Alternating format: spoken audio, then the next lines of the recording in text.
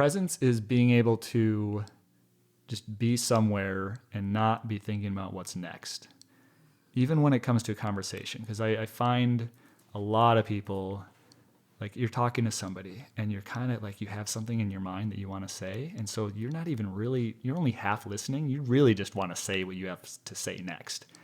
And I try not to do that. Like if I'm listening to somebody, I want to listen to them, and I'm hoping that they're going to do the same. And when it comes to sport or photography, it really is just trying to concentrate on what you're doing right then and there, and not worry about what's next. Whether that's getting just to the next aid station if you're having a rough race, and just being present in that, and maybe taking inventory of how bad your knee hurts, and like, is it really that bad? Okay, no, we can work with this. Okay, that's cool. Let's just keep cruising. Or if it's, the shot I'm working on, not worrying about the next location. One of my assistants their job is to just worry about the time, because I don't want to have to check my watch every 5 minutes worrying, okay, do we need to be at the next location yet? So I can just concentrate on making this location the best it can possibly be right now.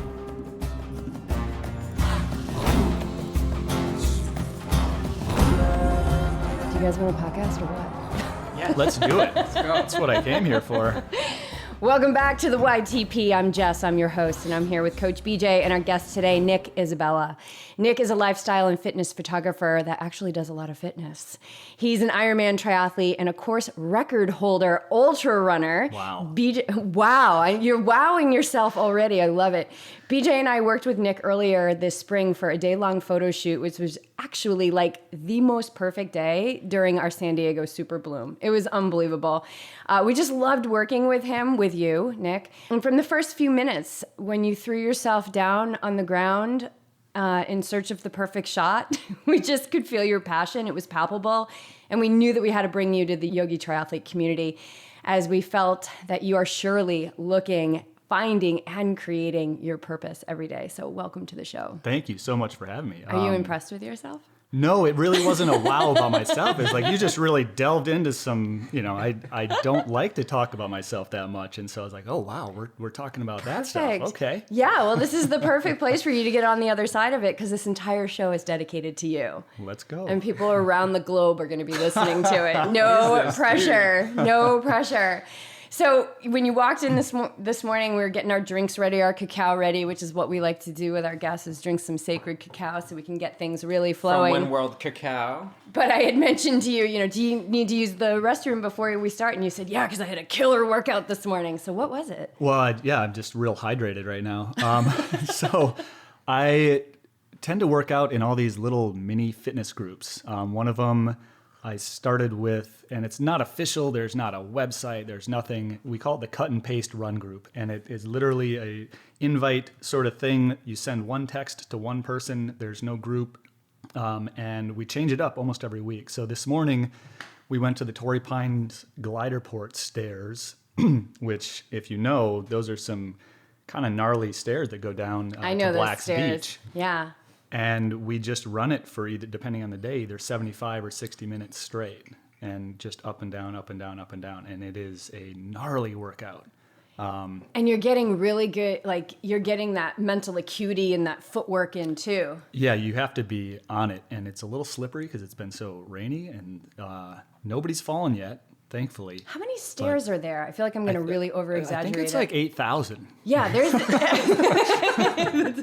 That's not an over-exaggeration. I was going to say 25,000. But I want to say is it like 1,000 You know what? I will steps? count next time. It's probably somewhere in the range of like 250. Oh, 1,000. I know that we went from 8,000 to 250, but still but they are eroding, and they're kind of trying to keep it together, but every step is different. It's not actual concrete stairs. They're dirt, and there's like eroded concrete, and there are wooden areas. And so we just kind of show up. Everyone, I think this morning we had 15 people, which is a lot for us. Usually it's closer to 9 or 10, and say hellos, give our high fives, and then we're off for 60 minutes. And so just do go you hard. start at, first of all, Torrey Pines is the most gorgeous place to run. Yeah. It's like, it's unbelievable. You can't even believe that Earth can be so beautiful. And so did you start at the base and then run up, or? We start at the top. And start so at the we top. run down and then 2 feet on the sand at the beach and then make your way back up. Yep. And it's kind of great because there's people that are of all different levels of fitness and like running ability. And so the whole time you're high-fiving people and just, it's really a positive experience. You're like, keep going. Everyone's struggling. I want to go to the cut and paste group. You're in. You're both in. I will send you an invite. And I just feel I would be destroyed.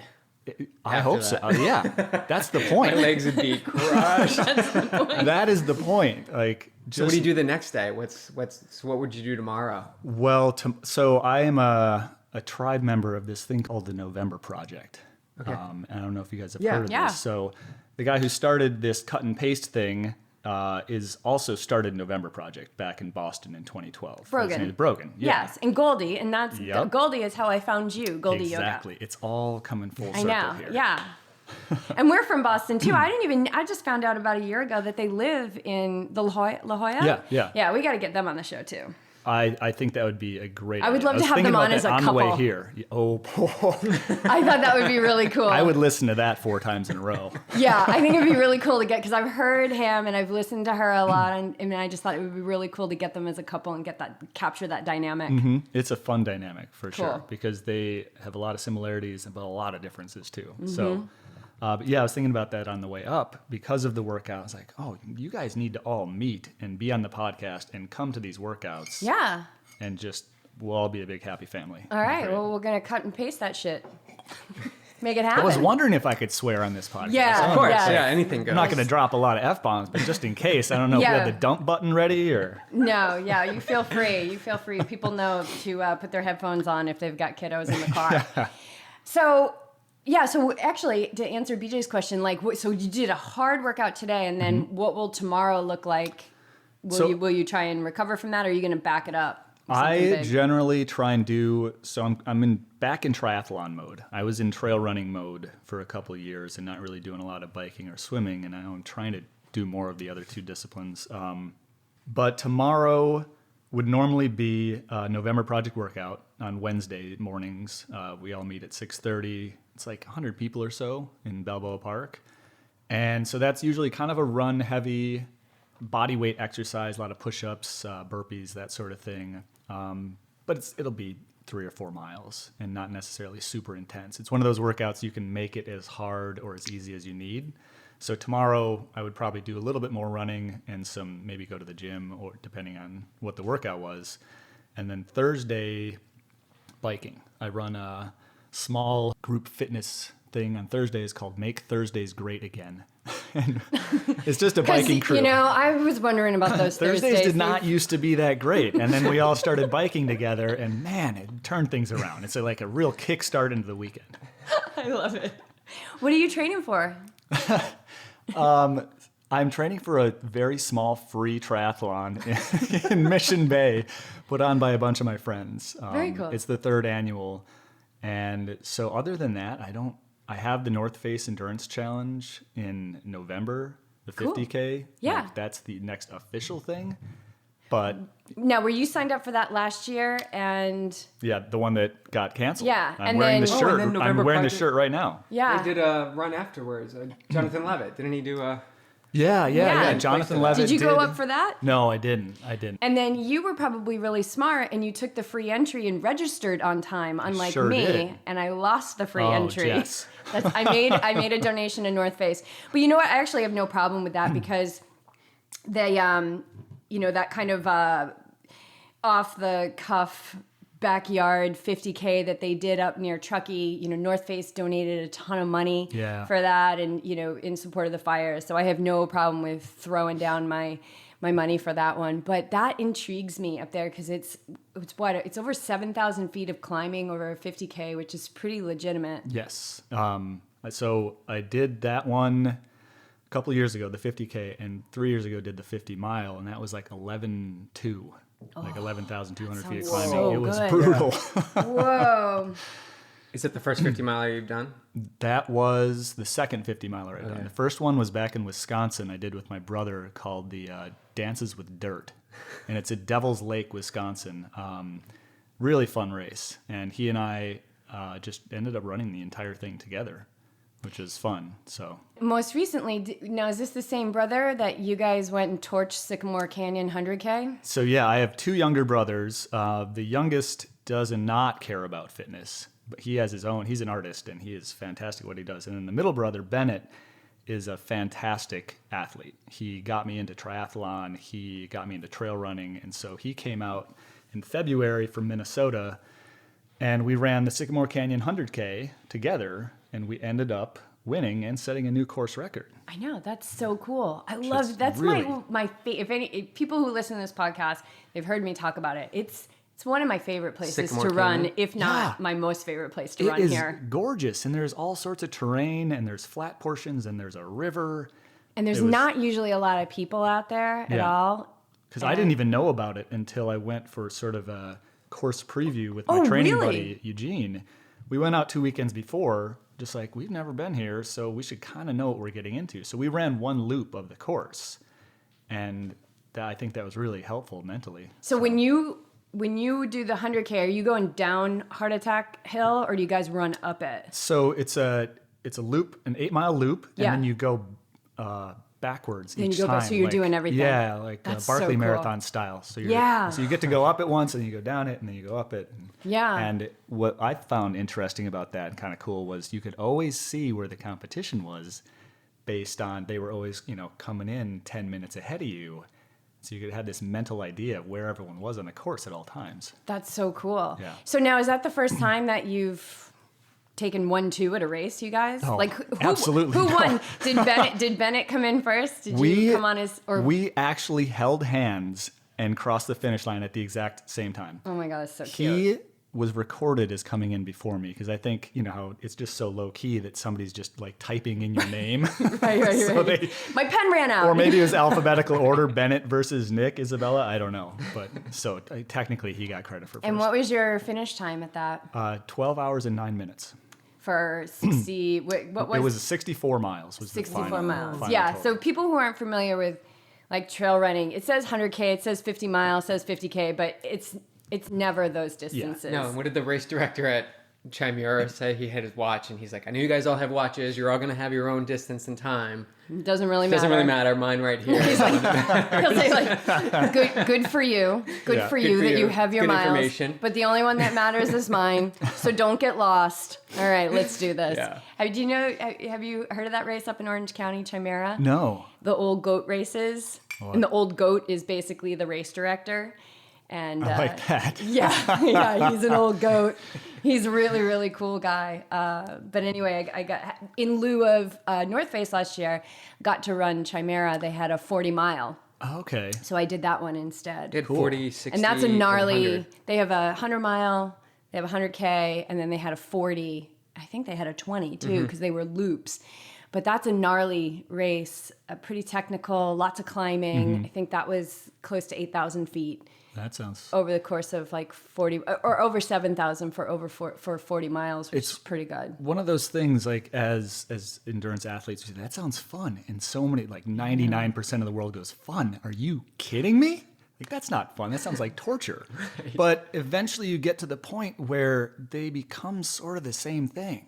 Yeah. Like nothing that is easy is as much fun as like putting a ton of work into it. And really it's so much more rewarding when you just throw it all out there and you have just come so close to being done, but then you're not, and you keep going and you're like, my God, thankfully I did that. And even in small things, like yesterday, I finished a long day at the office and I had packed all my swimming gear, and I don't like swimming. I'm not fast.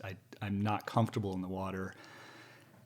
I kind of forgot that I planned to do that. And so I'm like getting into my car, thinking about what I'm going to make for dinner. And then I remembered, oh my gosh, I planned a pool swim workout, which I hate even more than an open ocean. But I just said, you know what? Don't think about it. Just go. Go to the pool, get in the water, swim your laps. And then, and I did that. And it was great. I mean, it sucked, but it was great. I did it. And Has that always been your default? So in your mind, when you see an out for a workout or session or a project or whatever you need, or editing, whatever you need to do, has it always been a way where you just shift gears and you're like, just get it done? Like, don't think about it, act. Or has there been times where maybe you spent, time overthinking things and looking for that out? Is it ingrained in you? I would love to say it's ingrained in me, Yeah. but I'm going to try and be real here. When it comes to workouts, I think I'm better at it. I think 4 out of 5 times I can just say, hey, like, just put your doubts aside, put whatever is going on aside, and just get it done. Because I know every single time you get done with that workout and you go, I'm glad I just did it. There's never a time when you finish a hard workout or even an easy one, you say, sure wish I hadn't done that. Sure wish I would have just sat on the couch longer. Never happens. When it comes to working, I think the creative process sometimes can be so mentally and emotionally draining for me that I have to really gear myself up sometimes, and you don't get that same endorphin reward sometimes. So not every time that I know that I need to get work done do I just say, just do it. But most of the time. So How do you shift the mindset into getting it done?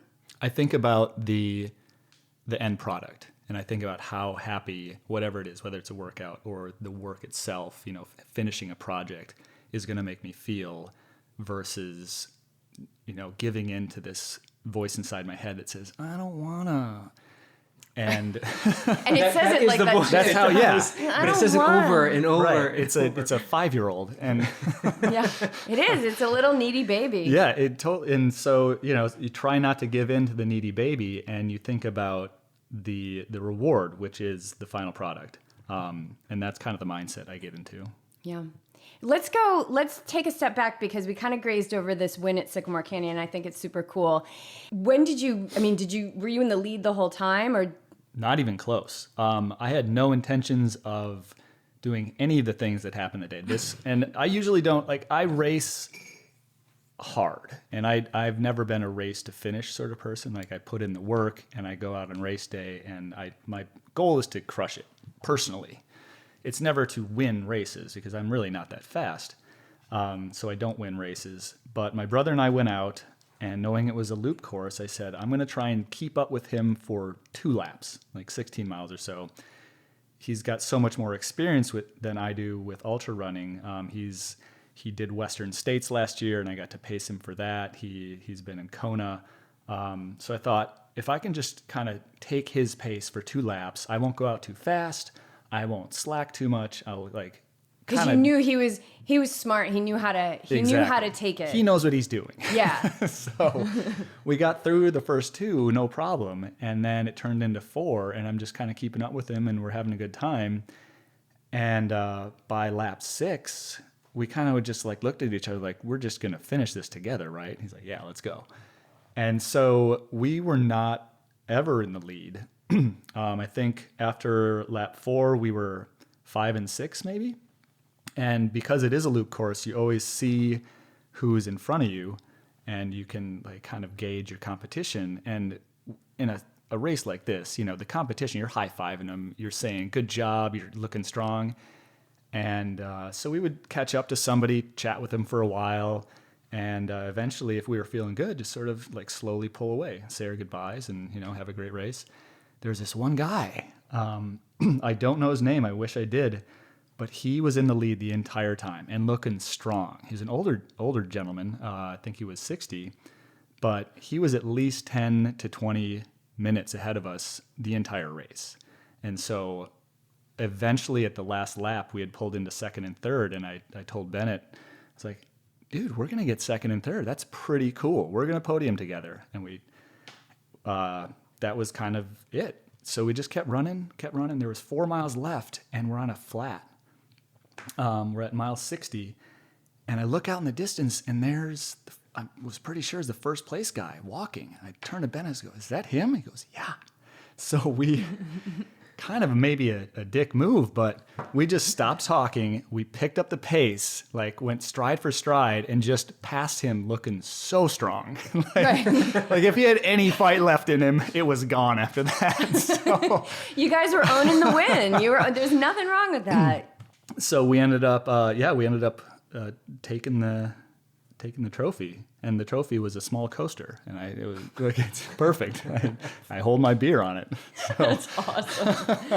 What's the elevation of that going? Because you've got some pretty good. I think ups all there. told, it ended up being 10,600 feet Nice. of climbing. And it's how many laps? 8 loops. Yeah. Whoa, you could do that, BJ. You're the loop Yeah, guy. I'm getting curious. You're a Yeah, I loop like guy. loops. I kind of liked the loop too, because you sort of are mentally prepared for what's coming, and you know the shitty parts, and you know the parts where you're going to kind of get excited about. Yeah, you know where you can bomb, and you know where, and then you've got that kind of that flat down in the valley through it. Very cool. Yeah. I've been threatening to get BJ out there. Eventually. Eventually. Yeah. It's really beautiful. I love it out there. We'll do a cut and paste field trip out there. Okay. Yeah. Perfect. Now we're determining where My the cut mind's and paste immediately group going goes. to like, oh, I will be suffering. You'll be fine. What just curious about what was your longest run leading into that race, and what do you think your brother's was going into that race, just for comparison's sake? So my brother lives in Minnesota, and so this is a February race. He trained through one of the coldest, brutalest Minnesota winters in recent memory, and he would send me photos every weekend of him coming back from, honestly, a 30-mile run with icicles. You know, you've seen those photos, like on his. I've lived scruff that. and- We've lived that. Yeah. New England. That's why we live here. I've been out in San Diego so long that it's a distant memory for me. But so I think he probably he did a 50K as I don't even know if it was a race. I think he just did one. And for me, my longest was a marathon. And I am a big fan of the I don't know if there's a term for it, but sort of laddering your long runs. So I did a 16-miler on Friday, and then a 23-miler on Saturday, and then a marathon on Sunday. And then on the 4th day, he rested. And that was... So that's... And then there was light. That's legit miles in a 3-day. Yeah, and that works for me because like your body remembers that without breaking it all the way down to the point like you don't want to run 45 miles in a training run. It's not a good idea. Too much breakdown happens in one for most shot. people. For most people, exactly. Yeah. Yeah, no, and that's how you train us, BJ. It's, especially for longer stuff, is just building. Like you stack a weekend, Yeah. Friday, Saturday, Yep. Sunday. Stacking. Stack. Good term. Ladder Yeah. works too. I like Laddering works as well. So how did you get into all of this? How'd you get into fitness? And because you're a personal trainer too, did that come first? Well, I thought about becoming a personal trainer. I studied for the test, and I did get certified through ACE. And it was about the same time that I needed to choose what my kind of next step was in my career. It was either personal training or photography and graphic design. And I abandoned the personal. I never trained a single person officially. And I went the artistic route, and have never had any regrets about that. But I do think that training for that, or studying for all of that, and being around trainers a lot sort of gives me a different perspective. But what was the original How'd question? you get into endurance sports? Endurance sports, yeah. So I was a wrestler from first grade through the end of high school. I wrestled for 12 years. So you know how to absorb sensation in the body. Yeah. And that was, to this day, some of the hardest workouts I've ever done, and also cutting weight. So the reason I got into running was to actually get in shape and start to lose weight for wrestling season. And my high school had a really solid cross-country team, like a really big one. And so a bunch of my friends were on it, and they said, join cross-country. I said, all right. I have never really run before. And I was the kid in elementary school when you do the mile tests every year. I would fake sick that I hated running so much. I'm not I remember that. I'm not proud of that, but and so I was never a big fan of running, but joining this cross-country team with the energy that was there, and the people, and the coach, Raleigh Greeno, it was a great experience. And I actually really liked it. I was not fast. I didn't even make the JV team, but kept going. And then through college, I just sort of ran recreationally, and finally did my first marathon in 2007, because I'd been out in San Diego for about three and a half years. and I was in the worst shape of my entire life. Like I felt doughy and I couldn't run 2.5 miles. And so Well, what were you doing? How'd you get all doughy? I was 25 and, living that San Diego fun party life, and just kind of, it wasn't terrible, but I actually took photos of myself, and then every month I kind of got on this training plan. I started eating better, and every month I would take more photos of myself. And so I love that I have this record of sort of becoming more fit. And so ran the Carlsbad Marathon as my first ever distance endurance race. And my goal was to come in under 4, and I did that barely. And it was that was the start of it all. And I really, really enjoyed running. And it was just cathartic, and it was a good way to meet people and to find like-minded souls. But did you know that coming in under 4 is like something that somebody runs marathons their whole life and they can never break that 4-hour mark? Like, that's pretty legitimate. I guess I didn't know that at the time, but it seemed like there was a lot of other people that wanted to break 4, and that was a reasonable goal for me based on how well I was running. I was like, I can do this. If I have a decent day, I should be able to, just based on how my training was going. And so now, well, fast forward 12 years, and I now have a new goal. I may run one more road marathon. We'll see. And I want to break 3 for the first time. Nice. So, that's the new goal. Any races catch your attention? I was going to do the OC marathon a month ago. It was almost exactly a month ago. Mm-hmm. And my schedule I would have blown up, and it would have been terrible. So not sure yet. Maybe we can talk later if you have any ideas on some fast kind of, something I can drive to maybe mid-season. So to date, what's your fastest road marathon? 3:04. I ran the California International a few years ago to qualify for Boston. Nice. Yeah. And so you're looking to break 3. I love that. What year were you at Boston? Did you? I was there 2017. 2017. Yeah, it was a hot year. I had a terrible race. Okay. It was fun. Most of it was really fun. You just never know what it's going to be like. Yeah, the next 2 years have been after that were cold. Yeah. And I went into it with the mindset of, this is kind of my victory lap. I did the work. And funny enough, it was a year and a half after I actually qualified, because I did it on a late race, or I guess a really early race. And so I did everything wrong. Like, I had been sick the week before. I actually did Ragnar as an ultra team the week before. And then... Smart move. Yeah, super smart. Got sick because of that. Was sick all week. Travel. Did a bunch of November Project workouts the day before. And just... literally did everything wrong before a big race. And so I went into it with the mindset of, like, this is just for fun. I want to take in the crowd, enjoy it, because it's the most storied marathon in the world, and like, have fun with it. I had no expectations. Yeah, no plans to re-qualify, to PR, anything. So how'd you do? Bad. All those mistakes were really bad. Mile 20 came up, and I was spent. Like, I don't often bonk in races, and I bonked hard.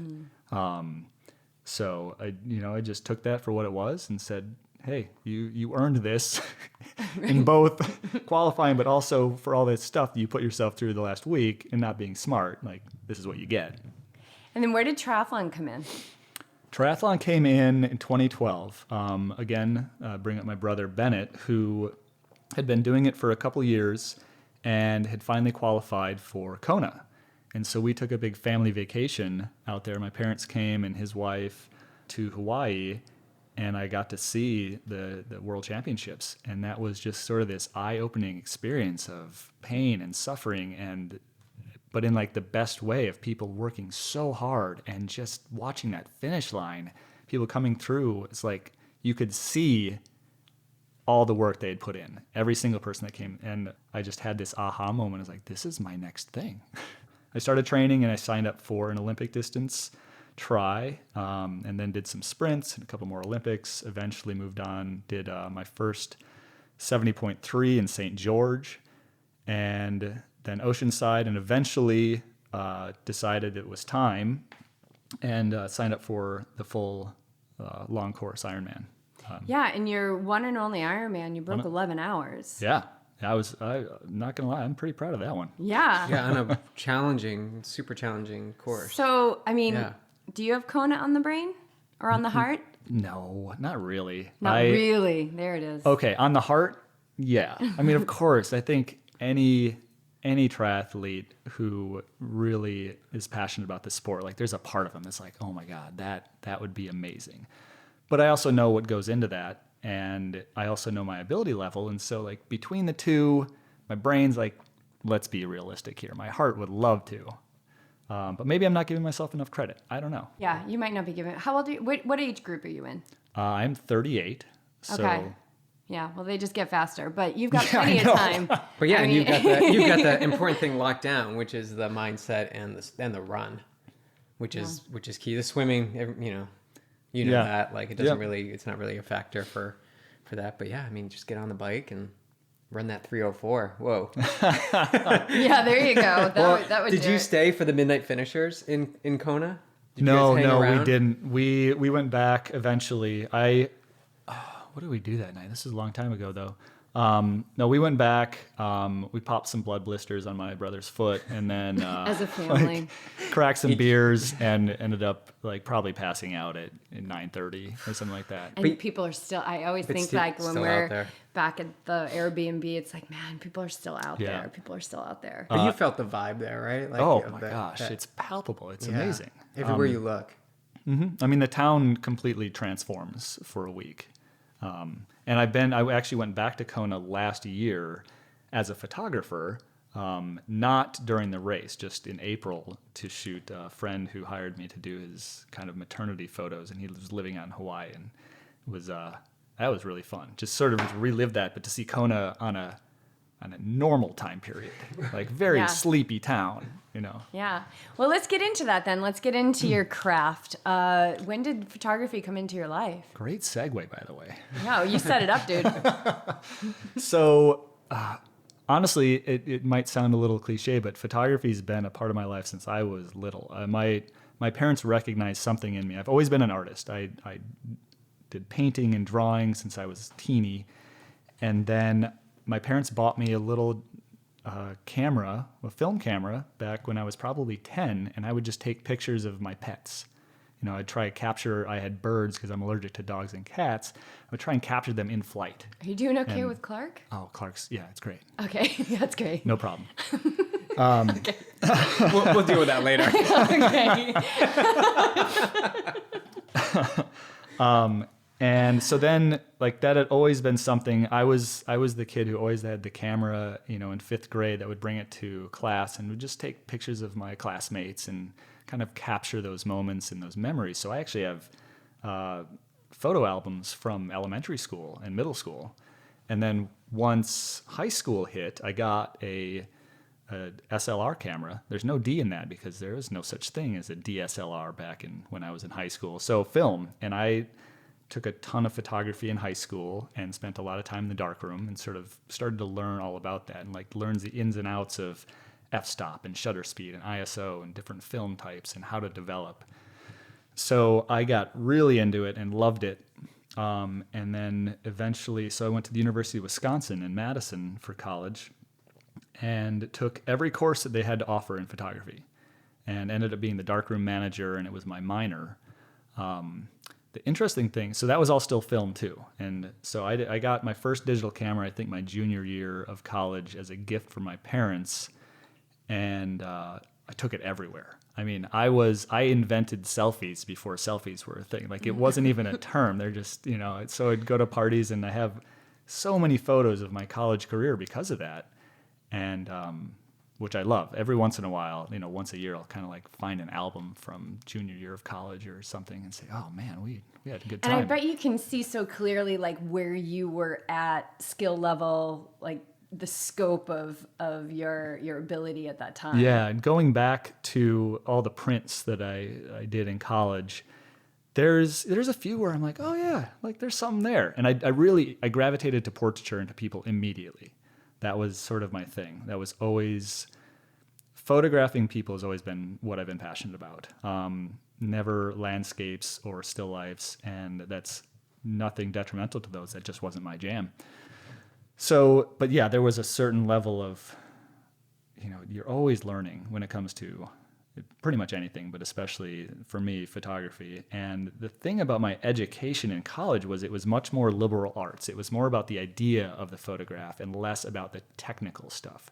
It was sort of, we got the basics and the technical, and now create something that has meaning, which I think is really like a great baseline. But then fast forward to when I started actually doing this professionally, and I feel like my technical skill wasn't where it needed to be. I had all these great ideas, but like the execution wasn't there. Because right out of college, I moved to San Diego and became a graphic designer. Photography, even though it was something I loved, I didn't see it as a viable career choice. I didn't want to be the starving artist. Whereas graphic design, I was okay at it, and you could definitely make a buck. You could make a living as a designer. Were you working for a company, or were you entrepreneur? Yeah. I worked for a few ad agencies. I actually worked for Sony Electronics for a few years. So there was, it was usually a company, and then I did a little freelancing on the side. Did you feel like you were? Did you have that that voice inside that was saying like, yes, this makes sense on paper, but it doesn't make sense for what you need to express? Yeah. And I think that kind of hits the nail on the head in that I was never super passionate about design. Whereas anytime I picked up a camera, I felt like this is what I want to be doing. I was just trying to connect the dots to make that something like a livable thing that I could do. And so any chance I got, for example, at Sony Electronics, we were doing a campaign around some wearable wireless earphones that were waterproof. And so we needed some athletes, and we're going to, do this little mini photo shoot. And we were trying to look for photographers. So I went up to my creative director, was like, give me a shot. Give me a shot at photographing this. And so that was kind of my first ever photo shoot. And then it actually ended up probably getting more sort of exposure than anything else I've ever done, just because it did go out to Sony stores around the world, like these photos, which I think is kind of funny in retrospect. Were you timid, or were you just like, oh my God, let me add it? Like, I can't wait. No, I couldn't wait. And I just kind of went for it. And then that's sort of how I feel about photography. Even though every single shoot I ever do, I'm kind of anxious for. Like when I was going to meet you guys, I was like, there's just always so many variables. I mean, like, is the weather going to be okay? What are the locations like? This and that. So I'm always thinking about trying to prevent what could go wrong. And there's always anxious. Or excitement. Well, there is excitement too. Because it's just what you're feeling into, right? So the thoughts are going to, like we're talking about the thoughts are flooding in, the what ifs. But then the excitement of like, oh my God, I'm creating and helping to create a brand for in our example, you helped create our brand. Like you're visually going to tell a story about who we are as people through visual cues, which is amazing. And it was once I met you guys specifically on your shoot, and we started talking, and we got to that first location. Like usually, all those butterflies, all those anxieties, go away pretty quick. It's like the day leading up to it. Like I don't want to mess this up. I feel responsible to create something that you guys are going to be happy with, or any of my clients are going to be happy with.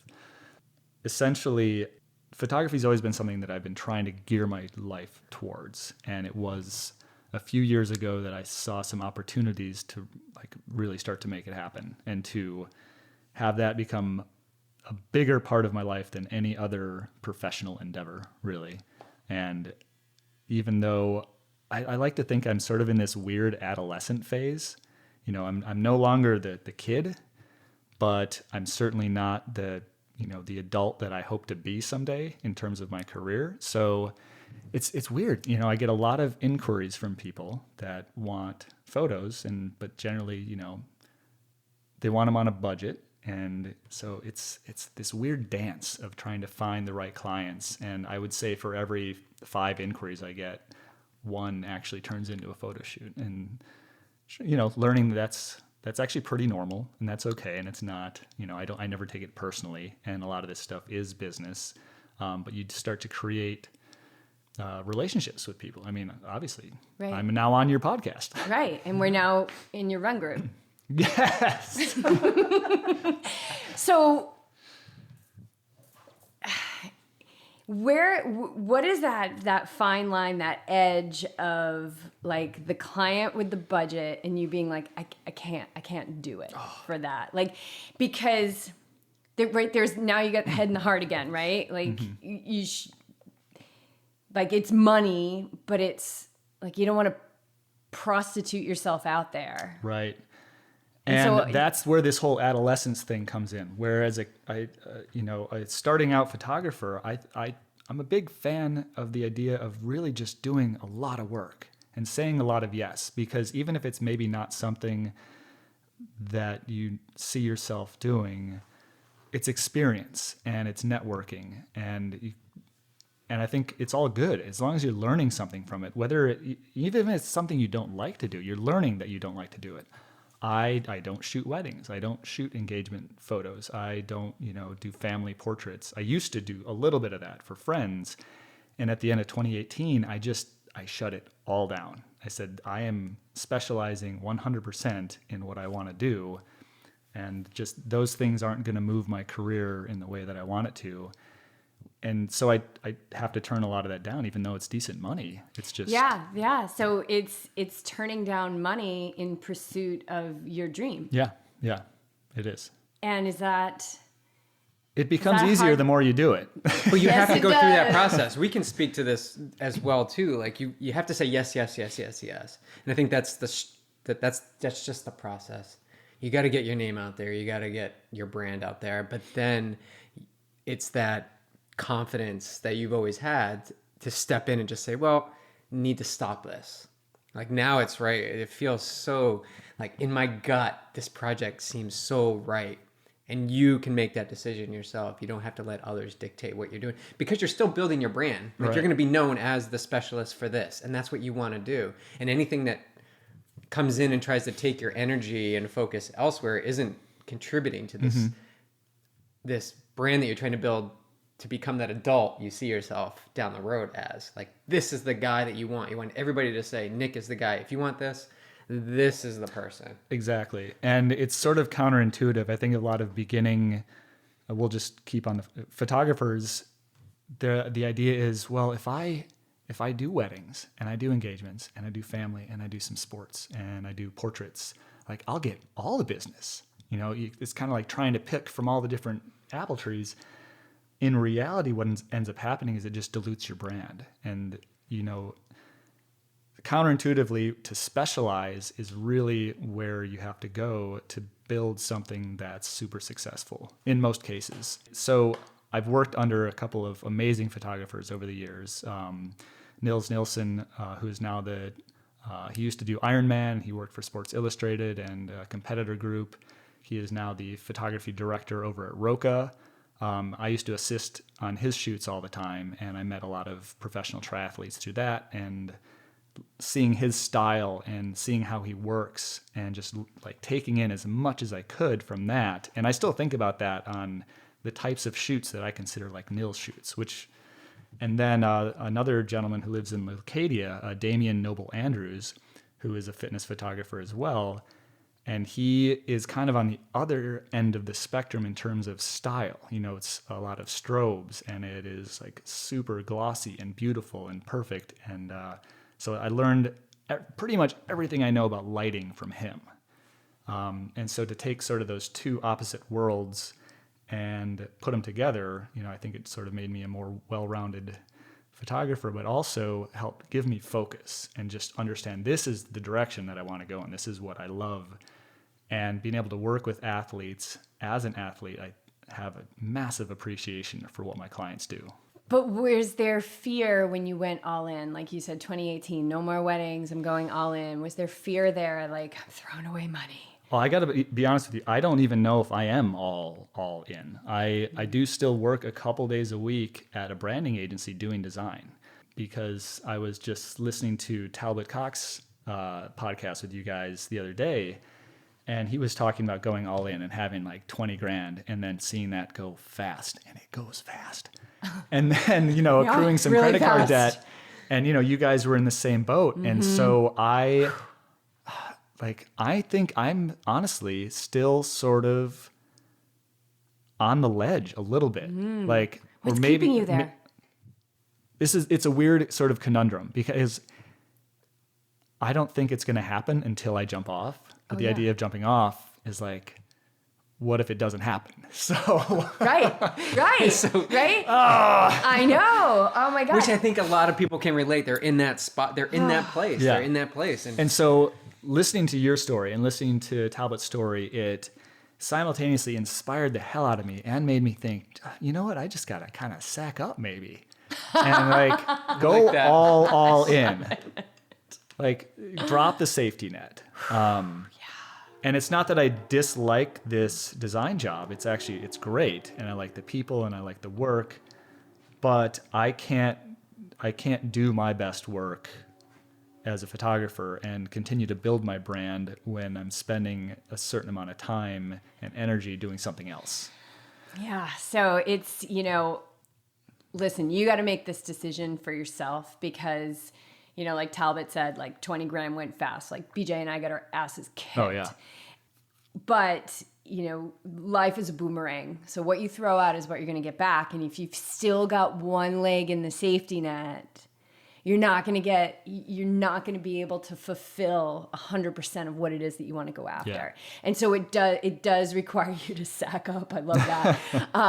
And this is what we talk about when we say the warrior path, and it is the hustle, and it's just, but, everything is energy, right? Everything is energy. And Einstein proved this to us. Thank goodness that this is now science, that when you're creating energy towards a direction, whether that's through thought, action,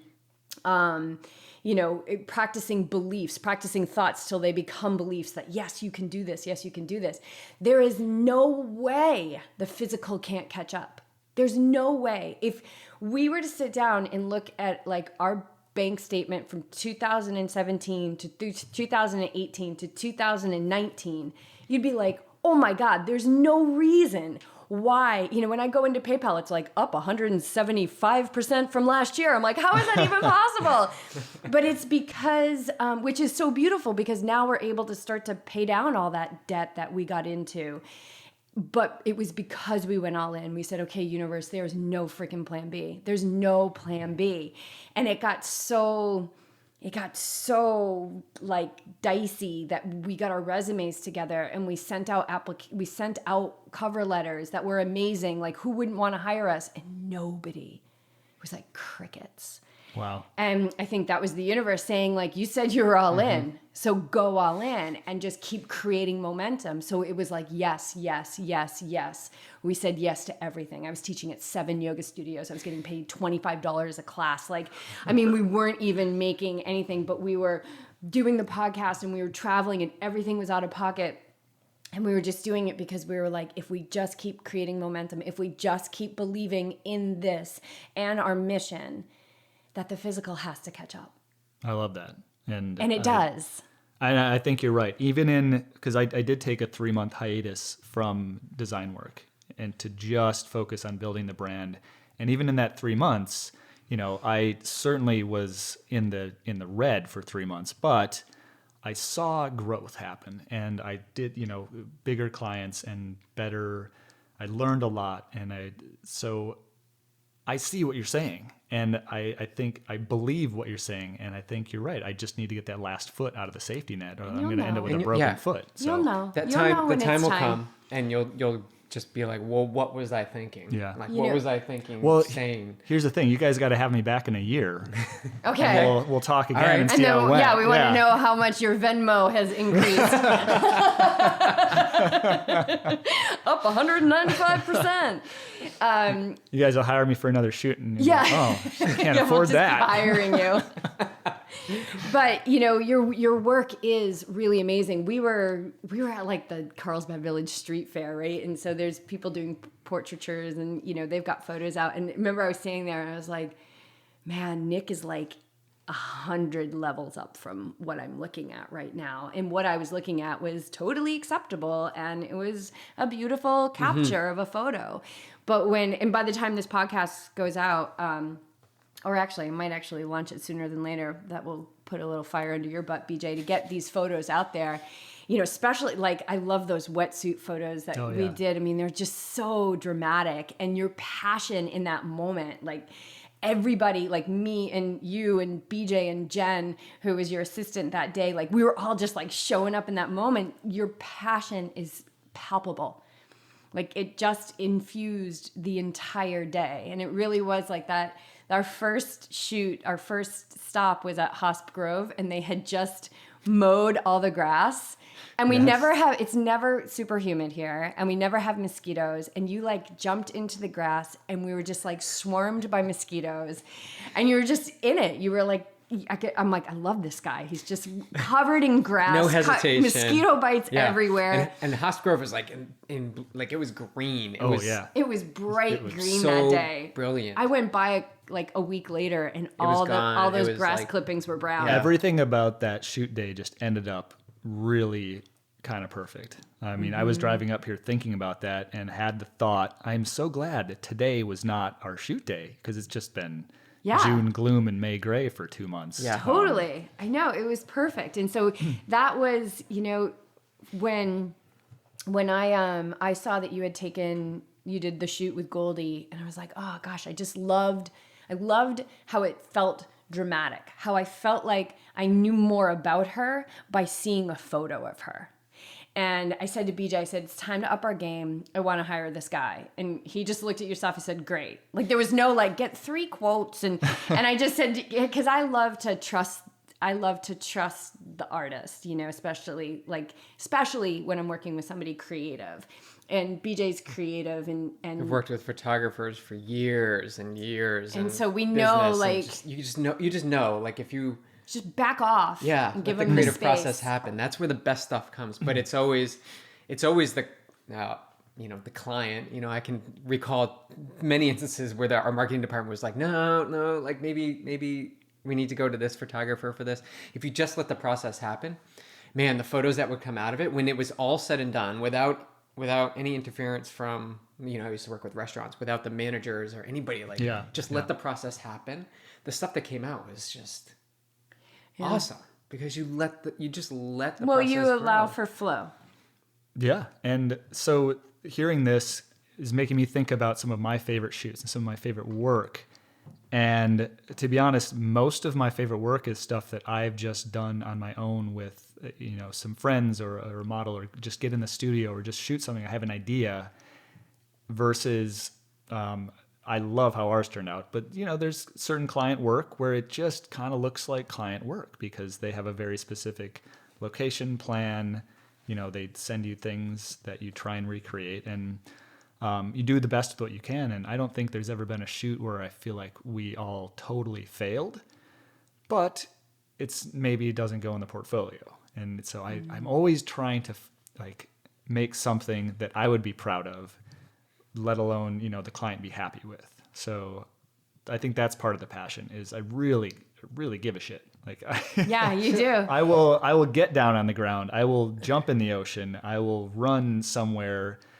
And that's part of the fun. I saw you risk your life several times on the 101 that day. Yeah, well, not only on the 101. I was like, there's a car coming. There's a car coming. It'll slow down. Also the ledge. He was out on the ledge when we were taking the bike photos. Portraits. Yeah. Yeah, Nick's just throwing his body down like on a cliff. I'm like, there's like an eighth of his body is on land and the rest of it's hanging over a cliff over the ocean.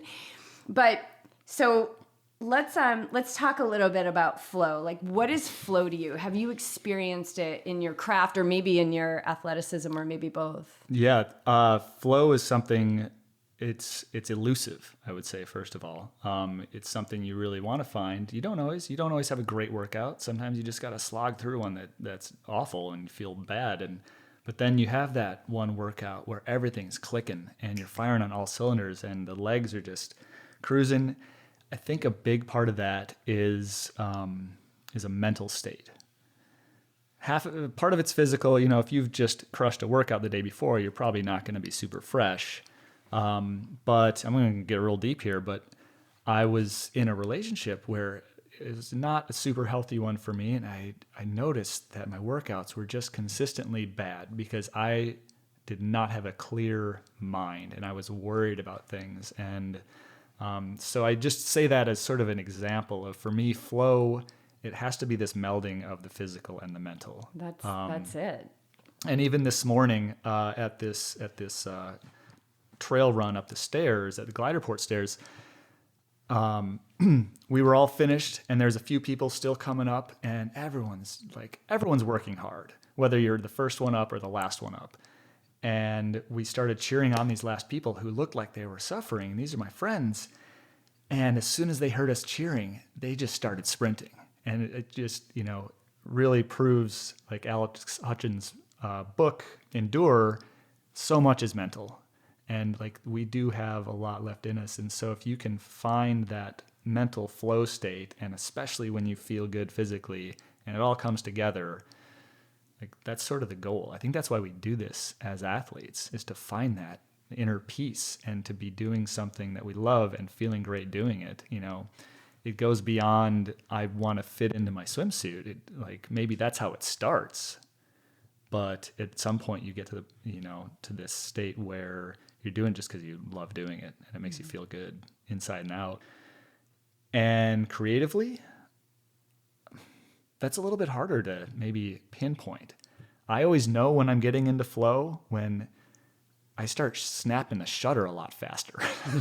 Like, You're not in the head. It's just like everything is sort thinking. Everything's just finally come together, whether it's the angle and the light and the subject, and it just boom. And you're like, oh yeah, this is like bam, bam, bam, bam. You're super physical when you're shooting too. Like you're doing some serious deep lunging and running and starting and stopping. My friend Zoe likes to say that I'm the most nimble photographer she works with, because I kind of use my body as a gimbal. It's almost like the biathlon where you have to like go on those cross country skis and then stop and take a shot like with the rifle. You need to be shooting photos and doing some athletic. This could be an event actually. This would be pretty cool. Oh my the quality of your photo. Run an 800 and then you have to take like in focus, well exposed photos of something. Your friends that put on that free triathlon, maybe they could create an event for you. Well, I remember doing the bike shoot on the 101, and like every time I would come in, I would look back and you were like, you're shooting with me, but then you would take the camera away. Like you kind of like took it away and you're like looking at the shot through the visual. But you the back screen. Go ahead, keep it. No, keep but then you would look at it and then you're like, then the guidance, the feedback would come and I'd go back and then you were just right back into it again. It was like a flow. It was like snap, snap, snap. But you knew instantaneously when you got it. So when do you know that you have that perfect shot? I don't always know, and sometimes I think I got it and I didn't. That's the worst. It's the other way around. That's great. It's like, oh, we didn't get it. And then you check and you're like, oh, we got it.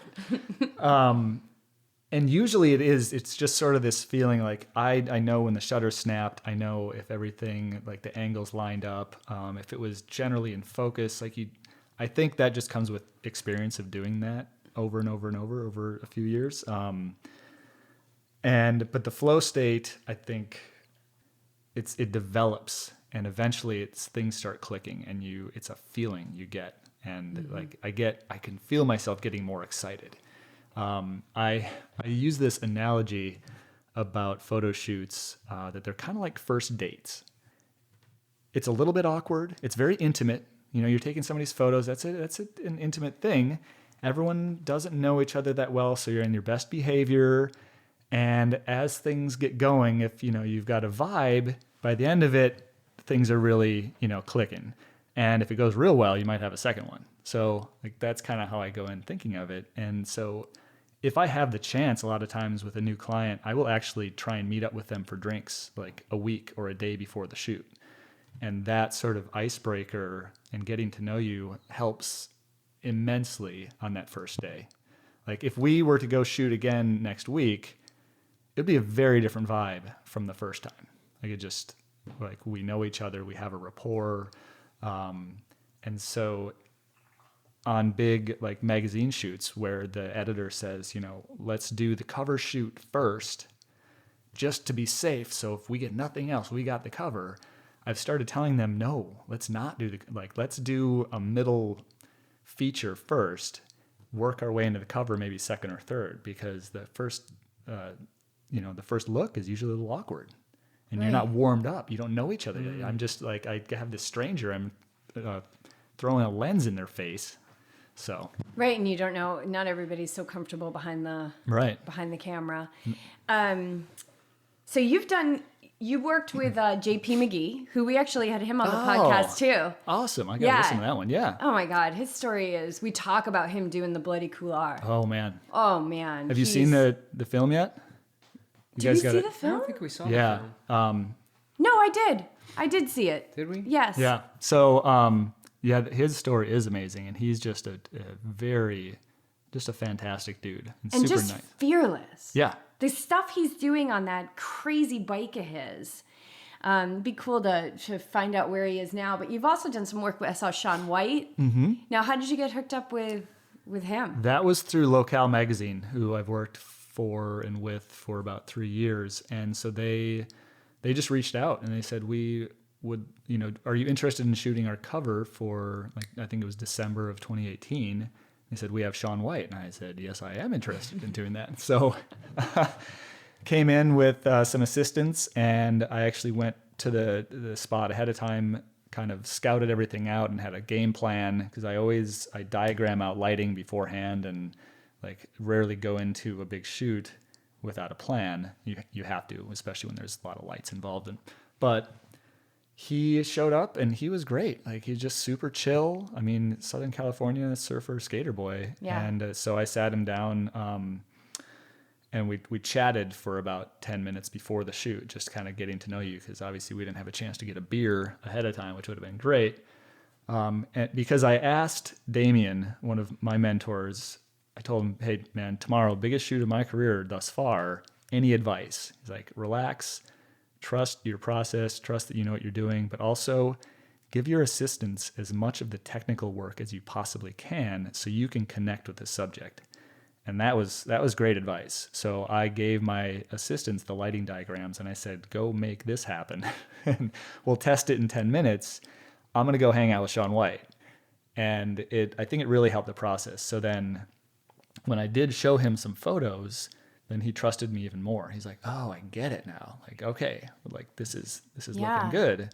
Well, let's keep going. So by the end of the shoot, I had him jumping off of stuff and But how is that? Here's the biggest shoot of your life, and you're handing over the technical details to somebody. So there's trust there. Is that something that comes easy to you, or do you tend to be somebody that likes to have their fingers in everything? I put my fingers in a lot of things. Yeah, I definitely, I think, default to sort of, if you want something done right, do it yourself. But I have to consciously just do away with that thought sometimes and trust people. And there was a few people that I've worked with before, and so I knew that they knew what they were doing. And it was, at least in this case, the kind of thing where we set up the lights, or they set up the lights, and then I go in and we test it, and it's not like it has to be perfect right away. As long as it's a general, what I had in mind, because even if I diagram something out, it may not be perfect in the first place anyways. But so there's a bit of trust there. It's always a collaboration. And then we just dial it in and keep moving. So what's presence to you? Presence is being able to just be somewhere and not be thinking about what's next, even when it comes to a conversation. Because I find a lot of people, you're talking to somebody and you're kind of you have something in your mind that you want to say. And so you're not even really, you're only half listening. You really just want to say what you have to say next. And I try not to do that. If I'm listening to somebody, I want to listen to them, and I'm hoping that they're going to do the same. And when it comes to sport or photography, it really is just trying to concentrate on what you're doing right then and there and not worry about what's next. Whether that's getting just to the next aid station if you're having a rough race and just being present in that, and maybe taking taking inventory of how bad your knee hurts and like, is it really that bad? Okay, no, we can work with this. Okay, that's cool. Let's just keep cruising. Or if it's, the shot I'm working on, not worrying about the next location. One of my assistants will be, their job is to just worry about the time, because I don't want to have to check my watch every 5 minutes worrying, okay, do we need to be at the next location yet? So I can just concentrate on making this location the best it can possibly be right now. So that's it. What's your dream shoot? What's the dream job? Wow. It's a great question. I've really never thought about that, honestly. So going back to Nils, I had a long car ride with him up to Park City a few years ago, and I was asking him, like, what's the end goal? Or we were sort of talking about what the end goal is with photography, because I didn't really know. And he said something that was great. He's like, well, there's never really an end goal. It's always just kind of the next goal. And I think that's always been, at least for me, the same with endurance sports, is like, there's never one race. Like, because you finish a race and then it's done. What do you just retire?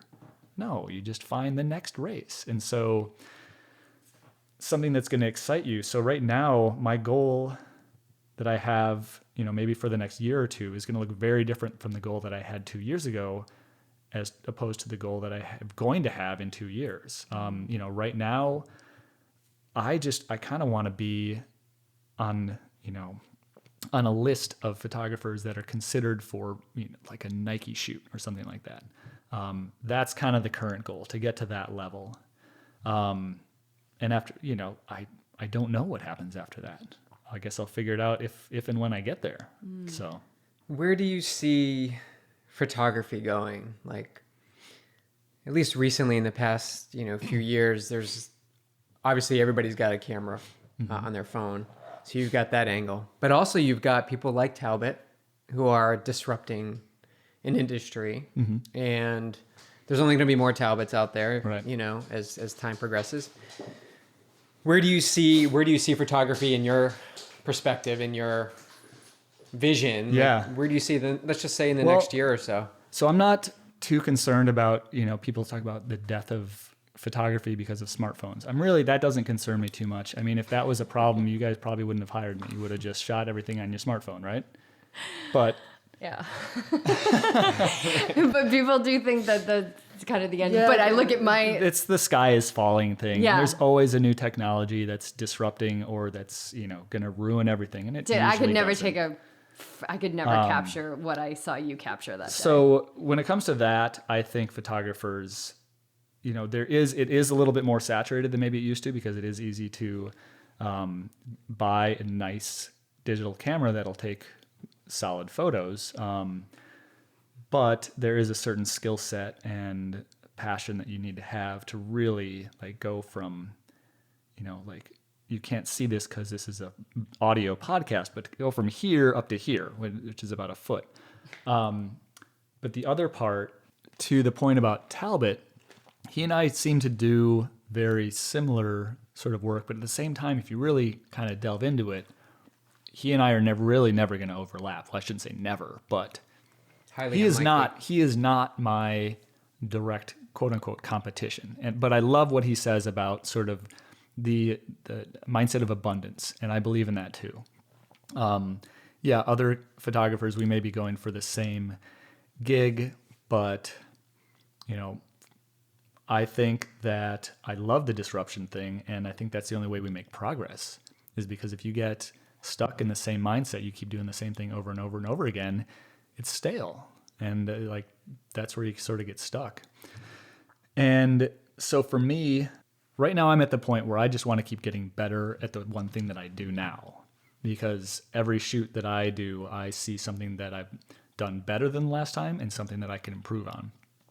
And so to try and make sure that I'm just continually learning, and I don't want to be stagnant personally. I want to get better. I want to be better, because that's, the work hopefully will speak for itself at that point. And then whether I have 1,800 Instagram followers or, 45,000, in some ways that is a form of currency, but I think the main form of currency should be the quality of the work and the connections you make. And, hopefully I think the biggest compliment I can get is a repeat client, because there's so many other people they could hire, but we made a connection, they were happy, and they, want to work together again. So when you look at like these guys like Talbot, like Justin, I don't know how to pronounce his Justin name. Lau. Justin I Lau. think. Do you know him I don't. too? He's he's doing a similar thing to Talbot, but and you said you're pretty inspired by him. Like you were like, man, that guy like really knows how to hustle. What did you pull? Like what's a piece that you pull away from that you're gonna put into action? Listening to his podcast, I respected his hustle and his ability to just get it done and really put everything else secondary. And I think that's something that I need to concentrate on a little bit more. Maybe not watch that next episode of whatever's on TV, or I have a pretty active social life, and I don't intend on giving that up. But at the same time, there isn't 30 hours in a day, and there aren't 4 days in a weekend, and so that work-life balance, I think, just that sometimes the scales need to tip a little bit more towards the work. I love my friends and my life in general, but I do recognize that sometimes a little more hustle, maybe not the worst thing in the world. Yeah, especially when you're doing it for something that you love. Yeah. Yeah, and that abundance mindset is incredibly crucial to the going all in and the taking the risk. Yeah. Yeah, trusting that things are going to work as long as you do some of that work, Yeah, and keep creating that momentum. I see amazing things for you in the future. Thank you. Yeah, awesome. Cool. Awesome. Well, this was fun. Yeah, dude. Yeah. See? It's totally cool. All right. Thank you so much. Hey, thank you guys. Oh wait, how can so where can people find yeah. you? Yeah, we want people to check out your stuff. There's a couple of spots on the internets. So Instagram is sort of my kind of rolling portfolio of whatever's going on, at nickisabella.photography. And then on the web is sort of my more permanent portfolio, and that is nickisabella.photography. Like, that's it. www.nickisabella.photography. No .com or anything. Photography is actually instead Love of the it. com. Yeah. Love it. So just Nice. pick that up. Transcending the .com, right. dude. I'm I love over it. .com. You're changing everything. Bubble burst. Thanks, Nick. And you got a sweet name, man. Could never do this with them. Yeah.